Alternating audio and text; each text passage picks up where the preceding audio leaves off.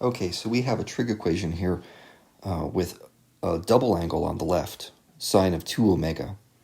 And right away, that is a clue that we are not going to use any factoring or GCFs or any of those normal equation tricks.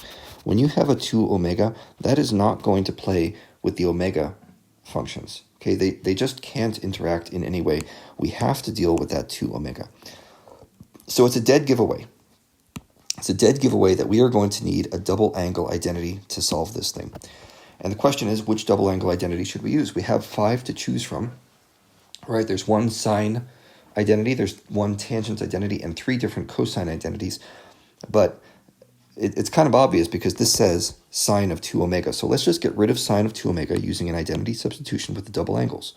So that's going to be, let's see if I can get this going here, 2 sine omega times the cosine of omega. See, that is 2 sine of 2 omega right there. And that equals this right side, which is kind of gross looking. It's got a radical in it. Negative 2 radical 3 times cosine squared omega. Okay, so that's the result of making the substitution. I think this may be enough. Let's just try to go for it and see where we get. I can divide each side by 2, right? We can cross those out. We get sine omega, cosine omega. And we can actually add this right side. So we can add plus cosine squared over to the left. So we get plus, that's a radical 3 cosine squared plus radical 3 cosine squared omega equals 0. Okay, double checking this thing. I don't think I've made any mistakes yet. So now we try to find a greatest common factor. Okay, GCF is always a good technique if you can find one. And I see cosine omega that I can pull out here. And what's left behind is sine omega plus radical 3 cosine omega equals 0. Now the factoring part is important. You have to do this correctly or obviously everything's going to go wrong. Double check and make sure this works. Okay, so when I say double check, I mean go through the multiplication. Sine times cosine. Yep, there it is right there. And how about cosine times radical 3 cosine? Yep, that's radical 3 cosine squared. So always double check your multiplication. Make sure you didn't make any errors. And now we're good to go with the solution for this.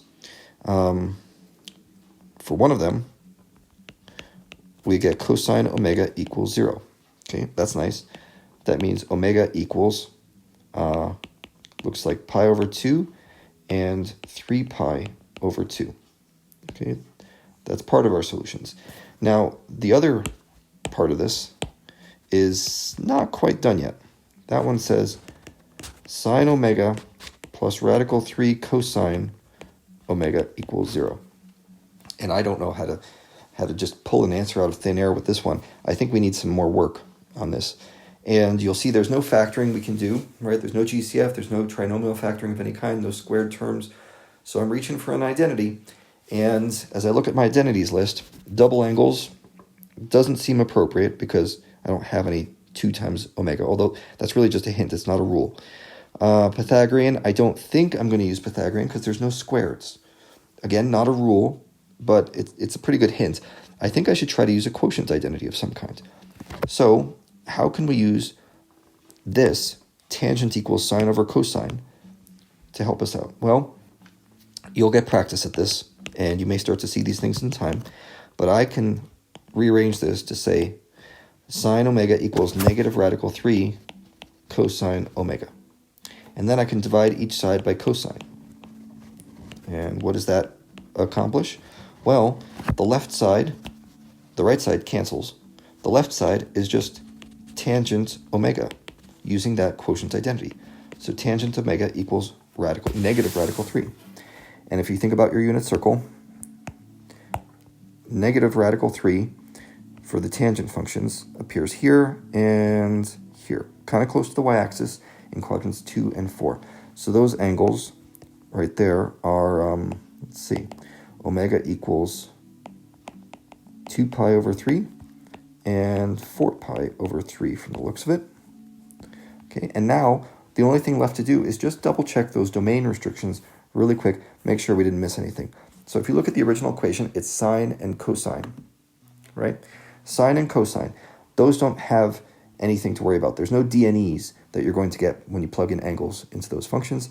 So in that sense, we're done. These are our solutions. It's 4 angles, pi over 2, 3 pi over 2, 2 pi over 3, and 4 pi over 3.